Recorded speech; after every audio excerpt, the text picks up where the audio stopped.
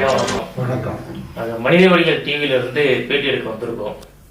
இப்போ ஸ்ரீரங்கத்தில் இந்த மடத்து சம்மந்தமாக பெரிய பிரச்சனைகள் போயிட்டுருக்கு. இன்னைக்கு கலெக்டர் ஆஃபீஸ்லாம் மனு கொடுத்துருக்காங்க. 2 சைடுமே புகார்லாம் கொடுத்துருக்காங்க. நாங்கள் விசாரிச்சவர்கள் அந்த மடத்தில் கமிட்டின்னு ஒன்று இருக்குது. அந்த கமிட்டி சிஆர் இவங்க 2 பேரும் தான் அந்த மடத்தை பொறுத்த வரைக்கும் அந்த கமிட்டியில் இருக்கிறவங்களுக்கு சிஆருக்கும் உள்ள ஏதோ பிரச்சனைகள் இருக்குது, குழப்பங்கள் இருக்குது. இதை யாரோ வெளிநபர்கள் குழப்பிக்கிட்டு இருக்காங்க அப்படிங்கிற மாதிரி பேச்சடிப்படுது. நீங்கள் கமிட்டியில் இருக்கீங்கன்னு சொன்னாங்க. அதனால் நீங்கள் என்ன பிரச்சனைகள் என்னங்கிறது பப்ளிக்கு ஒரு தெளிவாக நீங்கள் சொன்னீங்கன்னா புரியும். உங்களுடைய அறிமுகப்படுத்திக்கிட்டு என் விளாங்குற பிள்ளை ராமானுஜதாசன், திண்டுக்கல். இந்த மடத்தில் எனக்கு 7 வயசில் சமாஷ்டம் ஆச்சு. சீனிவாச ராமானுஜ ஜெய சுவாமி இடத்துல. இது வைணவம் என்பது என்னன்னா, எந்த ஜாதியில் பிறந்திருந்தாலும் ராமானுஜர் சம்பந்தத்தை ஏற்படுத்தி கொண்டால் அனைவரும் சமம்ங்கிறது தான். அது சமம்னு சொல்கிறது மட்டும் இல்லாமல் வட இந்தியர், தமிழ்நாடு, இந்தியா அதெல்லாம் கிடையாது. எல்லா நாட்டிலும் இதில் கலந்துருக்காங்க. அப்பேற்பட்ட ஒரு உயர்ந்த சமயத்தில் அது நோக்கம் என்ன என்று சொன்னால், இறைவன் அடைவதற்கு சரணாகதி தான் வழி. அந்த சரணாகதி எப்படி பண்ணுறது அப்படின்னு சொன்னால், அதுக்கு வழிகாட்டியாக இருக்கக்கூடியவர் எப்படி யானை ஏறதுக்கு யானைப்பாகன் வேண்டுமோ அதே மாதிரி பெருமாளை அடையிறதுக்கு ஆச்சாரியன் துணை தேவை. அந்த ஆச்சாரியன் இல்லாமல் போனால் யானை மிதிச்சிடுங்கிறது அந்த கணக்கு. அதே மாதிரி பெருமாளை யானை பண்ணோம். வல்லானை, கொன்றானை, மாற்றானை, மாற்றழைக்க வல்லானை என்று சொல்லி யானை போட்டோம். அப்பேற்பட்ட பெருமாள்கிட்ட போகிறதுக்கு சுலபமான வழியை ஏற்படுத்தி கொடுத்தவர் சுவாமி ராமானுஜர். அதற்கு முன்னாடி பரம்பரையாக மட்டும்தான், குறிப்பிட்ட வகுப்பினர் மட்டும்தான் அந்த மார்க்கத்திலே செல்ல முடிந்தது. ராமானுஜர் ஆசை உடையவர்களெல்லாம் கொடுக்க சொன்னார். அந்த வழியில் இந்த மடமானது குறைந்த காலத்தில் பெரும் புகழோடு இருந்தது. அடியனுடைய தகப்பனார் தோப்பு சுவாமிகள், பெரிய தந்தையார் சடகோப ராமானுஜ ஏகாங்கி சுவாமிகள், சிறிய தந்தையார் கிருஷ்ணராமானுஜ சுவாமிகள், பட்டர் சுவாமிகள், அத்தனை பேர் இந்த மடத்தினுடைய சிஷியர்கள். இந்த மடத்துக்காக உடல், பொருள், ஆவின்னு சொன்னால் இன்றைக்கு ஆயிரக்கணக்கிலேயோ லட்சக்கணக்கிலேயோ கொடுக்கறது வருமானமும் அப்படி இருக்குது. அன்றைக்கு 1 ரூபா 2 ரூபாய் இருக்கிற காலத்திலேயே அதை கொண்டு கொடுத்து மடத்தை காப்பாற்றினார்கள். உள்ளூரில் உள்ள மக்கள் மட்டும்தான் இதுக்கு உதவி பண்ணணுங்கிறதுல பண்ணியிருக்கலாம். ஆனால் வெளியூரில் உள்ள மக்களுக்கு எதற்காக இங்கே செய்யலாங்கன்னு சொன்னால், நாம் அங்கே ஊருக்கு போகும்போது பெருமாளை சேவிச்சுட்டு அங்கே ஒரு நாள் தங்கணும். ஒரு திவ்ய தேசத்தில் ஒரு இரவாவது தங்க வேணுங்கிறது சாஸ்திரம். அதுக்கு ஒரு மடம் வேணும் என்பதனால தான் அடியனுடைய தந்தையார் பொருளுதவி பண்ணலைனாலும் கிராமங்கள் தோறும் சென்று இந்த மடத்துக்கு சிஷியர்களை ஏற்படுத்தினார். போலூர் என்ற கிராமத்தில் ஒரே நாளில் 125 பேர்த்துக்கு சமாஷ்டனம் ஏற்பட்டது. அது திருவடி சம்பந்தம்னு சொல்கிறது. அப்போ அவர்களுடைய உழைப்பினுடைய நோக்கம் என்ன என்று சொன்னால், வைணவம் வளர வேண்டும். இது தனிப்பட்ட நபருக்கு புகழ், பேர் இதுக்கெல்லாம் எதுக்குமே வேலையில்லை. அடியனுடைய பெயர் விளாஞ்சோல பிள்ளை ராமானுஜதாசன், அனந்த ராமானுஜதாசன். அதை கேலி பண்ணுவது போல சிலர் பேசுகிறார். ஏதோ பேரை ராமானுஜன் சேர்த்துக்கிட்டாங்க. சேர்க்கவெல்லாம் முடியாது. அது அவருடைய தொழிலாக இருக்கலாமே தவிர, நாங்கள் எங்களுக்கு அது உரிமை. ராஜாவினுடைய பிள்ளை போன்று நாங்கள்லாம் ராமானுஜதாசனுடைய பிள்ளைகள். ராமானுஜாய நமன்னு சொன்னால் போதும்னு பெருமாள் எங்களை வளர்த்து வச்சுருக்கார். அப்பேற்பட்டதில் வெளியூர்லேருந்து இந்த மடத்தை வளர்ப்பதற்காக உடல் உழைப்பு தந்த குடும்பம் எங்களுடைய குடும்பம். மடத்துக்காக பல நிகழ்ச்சிகளை அடியனுடைய திருக்கல்யாணம் 74 கல்யாணம் நடந்தது. இதுக்கு முன்னாடி இருந்த லட்சுமணஜியர் அவர் தலைமையில் தான் எனக்கு நடந்தது. அதனால் குடும்பம் வேறு மடம் வேறுங்கிறது எங்களுக்கு கிடையாது. எந்த விதமான லாப நோக்கம் இல்லாமல் அவர்கள் வந்த உடனே சாஷ்டாங்கமாக நமஸ்காரம் பண்ணி பெருமாளையும் ஆச்சாரியனையும் கொண்டாடக்கூடிய மதம். அந்த மடத்தினுடைய வரவு செலவு இதெல்லாம் சிஷ்யர் ஜியர் மட்டும்தான் பார்த்துட்டு இருந்தார். குறிப்பிட்ட காலத்தில் இருந்த பத்ரி என்று சொல்லக்கூடிய ஒரு சமையலுக்கு வந்தவர் தான் அவர். அவர் காலத்தின் கட்டாயமோ அல்லது மடத்தினுடைய துர்பாக்கியமோ தெரியாது. அவர் இந்த மடத்தை எப்படியாவது 1974 திண்டுக்கல்ல பித்தளப்படி கிராமத்தில் நடந்த கல்யாணம் அடியனுக்கு. அந்த கல்யாணத்துக்கு ஜிஎஸ் சுவாமிகளே அந்த கிராமத்துக்கு இருந்து நடத்தி கொடுத்தாங்கன்னா சிஷ்யன் ஆச்சாரியனுடைய சம்பந்தம் எப்படி இருக்குன்னு பார்க்கணும். அடியனுடைய குழந்தை, அடியனுடைய தம்பி கல்யாணத்துக்கு நடத்தி கொடுத்தார். அப்பேற்பட்ட ஜியர் மடம் இது. இந்த மடத்தினுடைய பாரம்பரியம் எல்லாத்துக்கும் தெரியும். பசியார எல்லாரும் சாப்பிட்டு போனாங்க. இதுக்கு 12 ஏக்கர் 11 ஏக்கர் சமயபுரம் பக்கத்தில் இருக்கு. அதே மாதிரி வரக்கூடியவர்கள் அவ்வளவு பேர்த்துக்கும் ஜியர் என்ன செய்வார்னா, நீ ஊர்லேருந்து வந்திருக்க கஷ்டமா, நான் பணம் தர்றேன் பஸ்ஸுக்குன்னு கொடுக்கக்கூடிய அளவுக்கு இருந்த வள்ளல்கள்லாம் இருந்த மடம் அது. அப்போ தான் என்னுடைய இது என்னென்னா, காலத்தினுடைய கட்டாயத்தில் அந்த அடியனுடைய திருக்கல்யாணத்தை நடத்தி வச்ச ஜீயசுவாமிகள் பத்ரிநாராயணுக்கு ஒரு கல்யாணம் பண்ணி வச்சார்.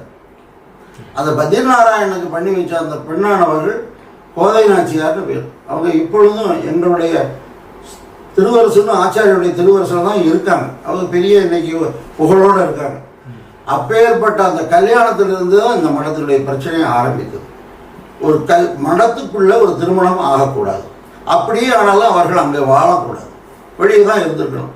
அவர்கள் அங்கே இருக்க போய் அதனால் பல விவகாரங்கள் வந்து அந்த விவகாரங்களில் பத்ரி அவரை மிரட்டி அவரால் அதுக்கு மேலே வாழ முடியாத நிலை வந்த ஒருபாடு தப்பி ஓடிவிட்டார் வடநாட்டு.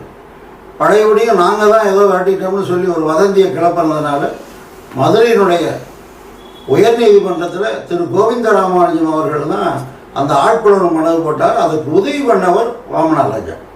வாமனராஜாவினுடைய சம்பந்தம் இல்லாமல் மடத்திலே எந்த நிகழ்ச்சியும் நடக்கவில்லை. அது அதனால் என்ன, அவருக்கு பெருமையாக எங்களுக்கு பெருமையான, அவர் கைங்கரியம்னு பண்ணார். எங்களுக்கு அவருடைய உதவி தேவைப்பட்டது.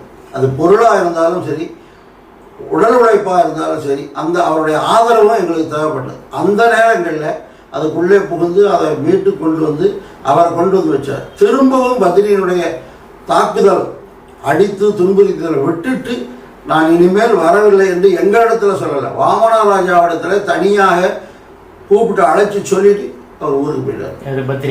பத்ரி போகலை, பத்ரிக்கு பயந்து போயிட்டார். அதற்கு பின்னாடி இனிமேல் இந்த மடத்தை காப்பாற்ற முடியாது என்ற நிலை வருகிற பொழுது எல்லோரும் சேர்ந்து சட்ட நுணுக்கப்படி இது இனிமேல் முடியாது, சொத்தை விற்கவே முடியாது, வாங்கிறதும் தவறு, ஆனால் விற்கிறார்கள் வாங்குகிறார்கள்.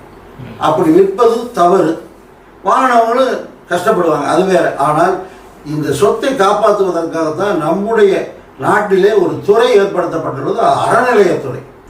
அந்த அறநிலையத்துறை சம்பந்தப்பட்டு நம்முடைய சொத்தை அவர்கள் எடுத்துக்கொள்வது இல்லை.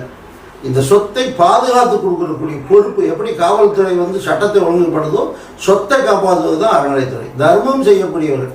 அடியன் அருகில் இருக்கக்கூடிய நடையனூர் சுவாமியினுடைய தகப்பனார் மல்லிகைப்பூ கிரகத்தில் ஒரு வீடு, இன்னைக்கு அதனுடைய காலி இடமே 3 கோடி 4 கோடி போகும். அவ்வளோ பெரிய சொத்தை கொடுத்தா அந்த சொத்து திரும்பவும் அது சரியான வேலைக்கு போகுதான்னு பார்க்கறதுக்கு யார் வருவான்?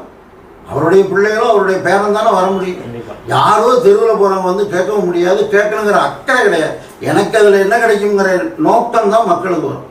அப்படி அந்த பத்ரியனுடைய தொல்லை தாங்க முடியாமல் இதை அறநிலைத்துறை ஒப்படைத்து விடுவோம் என்று சொல்லி அன்று இருந்த அறநிலைத்துறையினுடைய துணை ஆணையரிடத்தில் சொல்லி அது அப்படியே ஒப்படைக்கப்பட்டது.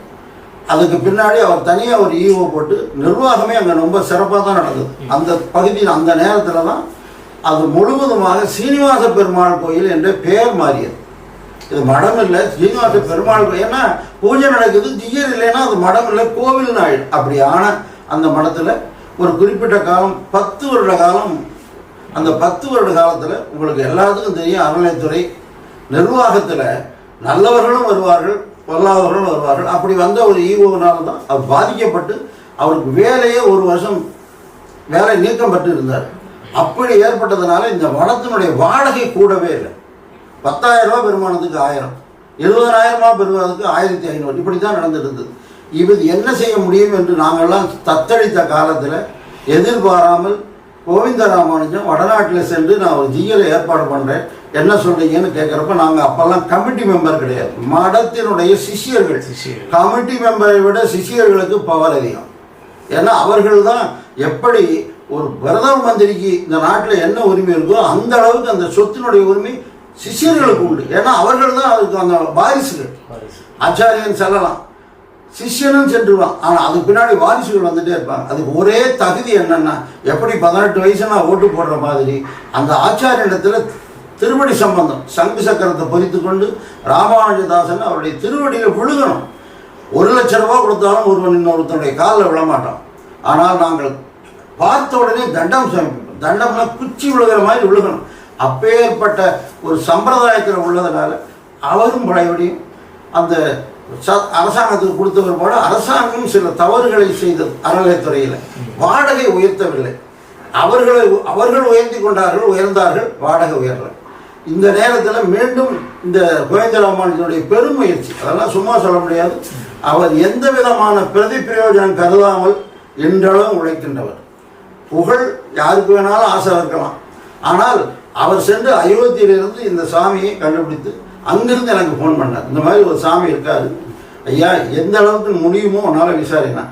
எப்படி விசாரிக்க முடியும்? இவரை சந்தித்ததே ரயில் நிலையத்தில்.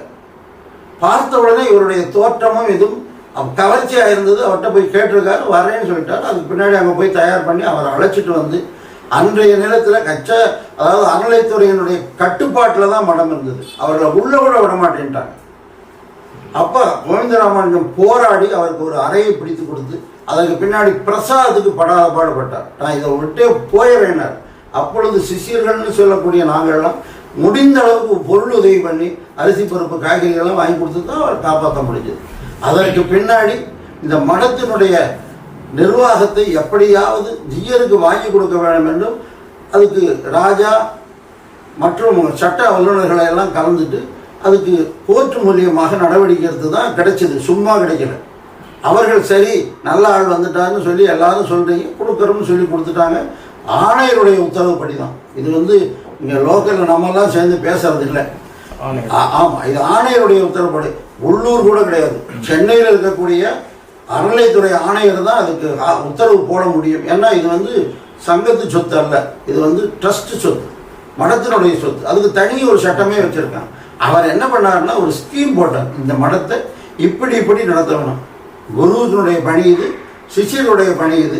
இதற்கு சிஷியர்கள் எல்லாரும் உரிமை கொண்டாடுவாங்க. நான் நீங்கன்னு சொல்லி ஒரு 5 நபர்களை நீங்களே தேர்ந்தெடுங்கள் என்று சொல்லி அதுக்கு உதவி ஆணையர் இங்கே இருந்து ஒரு எலெக்ஷன் வச்சு அந்த எலெக்ஷனில் 5 பேர் தேர்ந்தெடுக்கப்பட்டது. அது ஜீயரும் சேர்ந்து தான் பண்ணார். சொத்துக்கள் பூரா ஜீயர் இருந்து முன்னிலையில் அத்தனையும் ஒப்படைக்கப்பட்டது. இன்றளவும் அவர் தான் நிர்வாகம் பண்ணார். அப்போ இதுக்கு மேலே என்ன பிரச்சனை என்று சொன்னால், இவருடைய வருமானம் இவருடைய இது உயர்ந்துச்சு அப்படின்ன உடனே அதுக்கு முன்னாடி அவர்கள் கஷ்டப்பட்ட காலத்தில் 1 கிலோ அரிசி வாங்கி கொடுக்க ஆள் கிடையாது. இப்பொழுது அப்படியே போய் வருகிறவரெல்லாம் பார்த்துட்டு ஏதோ நல்லா பசையாக தெரியுதுன்னு சொன்னோன்னே, அதாவது எப்படி தான் பிழைக்கிறதுக்கு வழி இல்லாமல் இருக்கக்கூடியவர்கள்லாம் உள்ள வந்திருக்காங்க. நேர்மையாக உள்ளவர்கள் அவர்களுடைய வேலையை பார்ப்பாங்க. வேலை இல்லாதவர்கள் அல்லது பிழைக்கிறதுக்கு தவறான வழியை மட்டுமே தொழிலாக உள்ளவர்கள் மட்டும் ஜீயரோட சேர்ந்த உடனே ஜீயருக்கு மொழி தெரியாது, ஆனால் தமிழ் நன்றாக தெரியும், பேச மாட்டார். பேசுவார். எப்பொழுது பேசுவார்னா அவருக்கு சந்தோஷமாக இருக்கிறப்ப ஒருத்தரை பார்த்த உடனே வாங்க சாப்பிடுங்கலாம் சொல்லத்தான் செய்கிறார். ஆனால் சொல்லுவதை புரிந்து கொள்ளக்கூடிய ஆற்றல் அதை பயன்படுத்தி கொண்டு இந்த ஒரு வல்லூர் கூட்டம் ஒன்று சேர்ந்து அவரை நாங்களெல்லாம் உங்களை காப்பாற்றுறோம் என்று சொல்லி அப்படியே இந்த நேரத்தில் நம்ம கோவிந்தராமானுஜத்துக்கும் அவருக்கும் அடிக்கொடுக்க ஒரு மோதல் உண்டாகும். என்ன காரணம் என்றால் இவர் தான் அந்த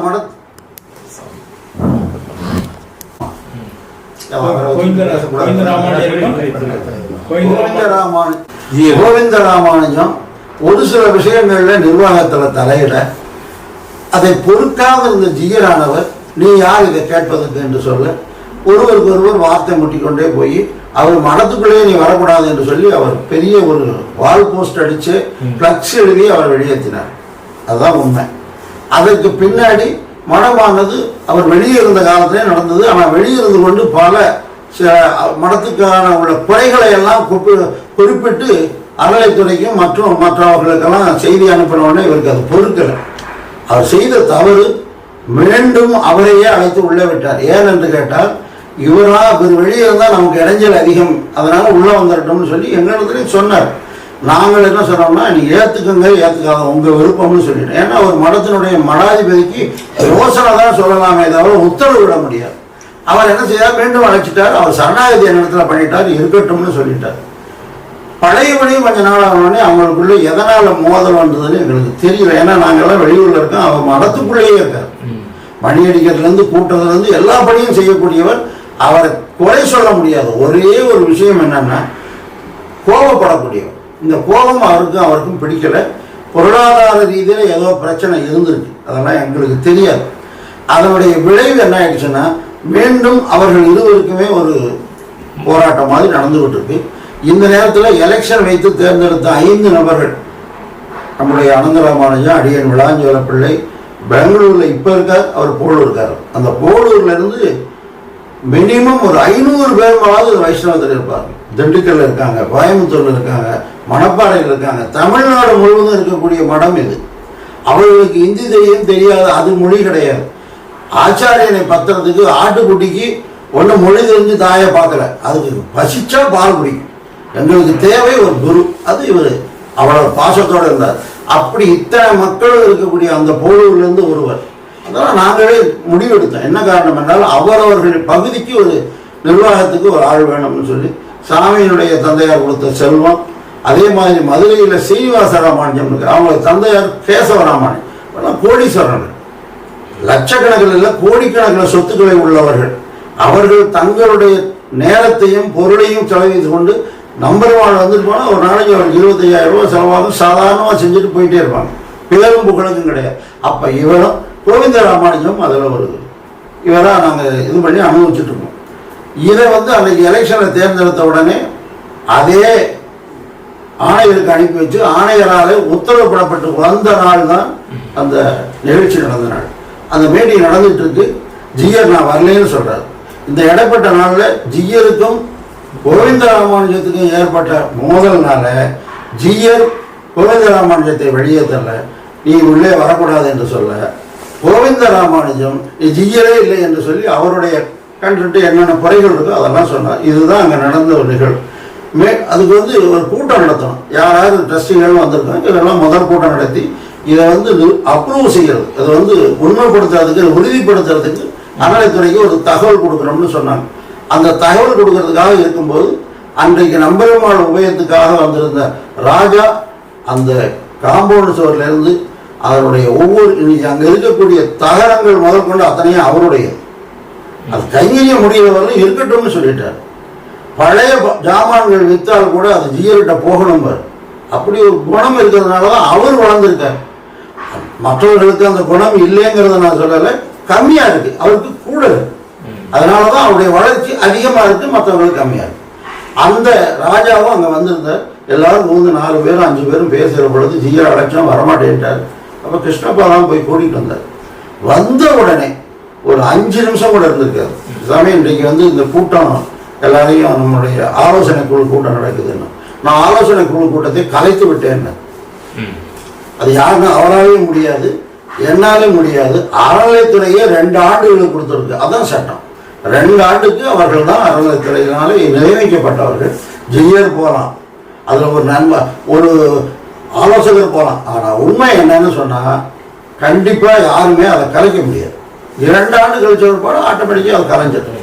அதை சொன்ன உடனே இவர் படாத பட்டு இந்த நிகழ்வுகளை எல்லாம் சரி பண்ணி கொண்டு வந்த கோவிந்தராஜனுக்கு பொறுக்க முடியல. இப்படி செய்யலாமா என்று சொல்லி கையை காட்டின உடனே அவருக்கு கோபம் வந்தது.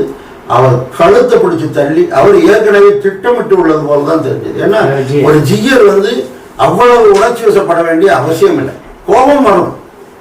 ஏன்னா லவீகத்தில் இருக்கவங்களுக்கு அதுவும் வரத்தான். ஆனால் அதை கட்டுப்பாடு செய்யக்கூடிய ஆற்றல் அவருக்கு உண்டு.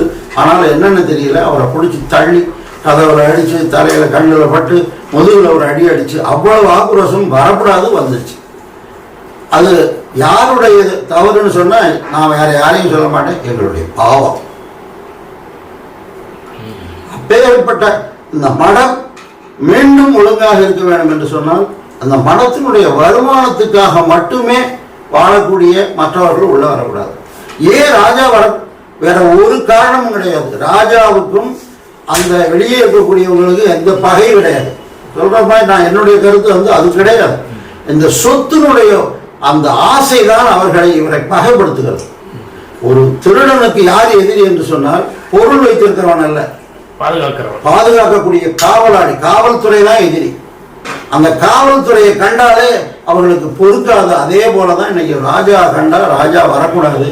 ராஜா யாரையும் தடி எடுத்துட்டு போயெல்லாம் வாடகை வசூல் பண்ணலை. நானும் கூட போனேன், சாமியும் வந்தார். அவருடைய கார் ஒண்ணுதான், அவருடைய தோற்றமும் அவருடைய புகழும் மடத்துக்காக அவர் செய்த அந்த வேண்டுதல் இருக்கு. அவர் என்ன சொன்னாருன்னா, ஐயா நீங்க எல்லாம் கொடுத்தா தானே இந்த மடம் நல்லா இருக்கு, இந்த மடத்தினால தானே நீங்க நல்லா இருக்கீங்க, உங்க குடும்பம் நல்லா இருக்கும் அப்படின்னு அந்த வார்த்தைகள் பேசுகிற பொழுது அவர்களே இறங்கி வந்து கொடுத்தார்கள். வீட்டை காரி பண்ணும் போது யாரும் பூஜை பண்ணி காரி பண்ணிட்டு போக மாட்டாங்க, வருத்தப்படுவாங்க தான் செய்வாங்க. ஏன்னு கேட்டால் வாடகையே கொடுக்காம சுகமா பல ஆண்டுகள் இருந்தவங்க. அவங்கெல்லாம் என்னை கூப்பிட்டு கேட்டீங்கன்னா ஆமா எங்களை அடிச்சு வரட்டாங்கன்னு கூட சொல்லலாம். யாரையும் துன்புறுத்தவில்லை, அவர்களாகத்தான் கொடுத்து காலி பண்ணிட்டு போனாங்க. ஒரு சிலருக்கு அந்த பாத்திரங்கள் எடுத்துட்டு போறது கூட பொருளுதவி கொடுத்தது ராஜா தான் கொடுத்தார். எதனாலன்னா அது மனித இயல்பு. ஒரு துன்பம் வரும்போது கேட்கணும். அப்பேற்பட்ட சொத்துக்களை அடைவதற்காக ஒரு கூட்டம் சுத்தி சுத்தி வருது. இப்ப எங்களுக்கு என்னன்னா சொத்தை காப்பாற்றுவதற்கு நாங்கள் இங்கேயே வந்து இருக்க முடியாது. எங்களுக்கு குடும்பம் தொல்லை குடும்பங்கள். அது நான் வந்து ஒரு தமிழ்நாடு முழுவதும் ஒரு தமிழ் வைணவ பிரச்சாரனாக ஒரு நாளைக்கு ஒரு ஊர் நான் நேற்று இருக்க வேண்டிய இடம் காரமடை. அதெல்லாம் விட்டுட்டு தான் வந்திருக்கோம். சாமிக்கு இன்றும் விவசாயம் இன்றைக்கும் போய் செய்கிறார். இப்படி ஒவ்வொருத்தருக்கு தொழில் இருப்பதனால சம்பாதிச்சா தான் மடத்துக்கு கொடுக்க முடியும். சும்மா அங்கேயே வந்து எல்லாரும் சும்மா உட்கார்ந்து இருந்தோம்னா முடியாது. மற்றவர்கள் மாதிரி மிரட்டி வாங்குறதெல்லாம் வைணவனுடைய தொழில் அல்ல. காசுக்காக எதை வேணாலும் செய்யலாங்க கும்பலோடு சேர்ந்தவர்கள் வைணவர் அல்ல. கைங்கரியத்துக்காக உயிரையும் கொடுக்கக்கூடியவர்கள் ஆகினால 4 பேர் வெளியூர் இருக்கோம். கோவிந்த ராமானுஜன் இங்க இருக்கார். இந்த நிலையானது மாற வேண்டும் என்று சொன்னால் ஒன்று எம்பெருமான் அந்த இடையூறு பண்ணக்கூடியவர்களுக்கு நல்ல புத்தியை கொடுக்கணும். இல்லை நம்முடைய ஜிய சுவாமிகளை ஒரு நாள் படுத்து உறங்குகிற பொழுதே பெருமாள் அவருக்கு ஞானத்தை கொடுத்து இது வேண்டாம், இந்த மாதிரி செல்லாதே, அது உனக்கு அழகில்லை என்று சொல்லி திருந்தவும் திருந்தலாம். இல்லை என்று சொன்னால் இந்த மரமே வேண்டாம் என்று சென்றாலும் செல்லலாம். ஆனால் எந்த சூழ்நிலையிலும் நாங்கள் அவர்களிடத்தில் தகராறு செய்வதோ வம்பு தும்பு செய்வதோ, இவ்வளவு எங்களை கேவலமாக 5 பேரும் ஏதோ யுத்தத்துக்கு சென்று விட்டது போல அவர்களை தாக்கியதாக பொய் புகார் கொடுத்துட்டாங்க. அவரே அடிச்சுட்டு பொய் புகார் போய் கொடுத்தது அந்த பத்திரிகையில் அதை பார்த்தவொடனே எங்களுக்கெல்லாம் வைத்தறிச்சது. ஒரு சாமானியன் பொய் சொல்லலாம், ஒரு ஆச்சாரியன் பொய் சொல்லக்கூடாது. அதுக்காக ஈராச்சாரியன் சொன்னான்னு சொல்லக்கூடாது, அந்த தகுதி நமக்கு இல்லை. இவர் வந்து முழுக்க முழுக்க அது சொன்னதெல்லாம் போய் அதனுடைய தொடர்ச்சியாக தான் இன்றைய வரையிலும் பிரச்சனைகள் ஓடிக்கிட்டே இருக்கு. இதை மாற்றக்கூடிய ஆற்றல் இங்கே எழுந்துரைக்கக்கூடிய ராமானுஜர், அங்கே இருக்கக்கூடிய சீனிவாசன், ரங்கநாதன் தாயாரோடு சேர்ந்து ஒரு மாற்றி கொடுப்பாருன்னு நம்புகிறோம். ஒரு துளி கூட எங்களுக்கு இன்றளவுக்கும் கூட இந்த ராஜாவனுடைய உதவி தேவைப்படுது. நாங்கள் எங்கேயோ இருக்கோம். அதாவது காப்பாளன் இல்லை என்று சொன்னால் பொருள் காணாமல் போய்விடும். அதை காப்பதற்கு நாங்கள் சம்பளம் ஒன்று கொடுக்கறது இல்லை, எந்த உதவியும் அவர்கிட்ட நாங்கள் கேட்டு வாங்கிறது இல்லை. அவரே வலிந்தவன் வந்து செய்யக்கூடிய ஆற்றல் உள்ளவர். அவர் நல்லா பலாண்டா நல்லா இருக்கணுங்கிறது நோக்கம் தவிர எங்களுக்கு எந்த விதமான அவரிடத்துல எதிர்பார்ப்பு கிடையாது.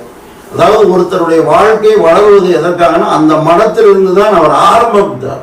அந்த மதத்திலிருந்து தான் காய்கறி வியாபாரம் ஆரம்பித்தவர். பழைய ஜீயர் அவருக்கு ஆசீர்வாதம் பண்ணி 10,000 ரூபாய் கொடுத்தாருன்னு மனப்பூர்வமாக சொல்றார். தன்னுடைய தோளில் நான் இந்த ரோட்டில் காய்கறியை தூக்கிட்டு போனது இன்னைக்கு பார்ச்சூனில் போகிறது யாருனாலையும் பொறுக்க முடியல.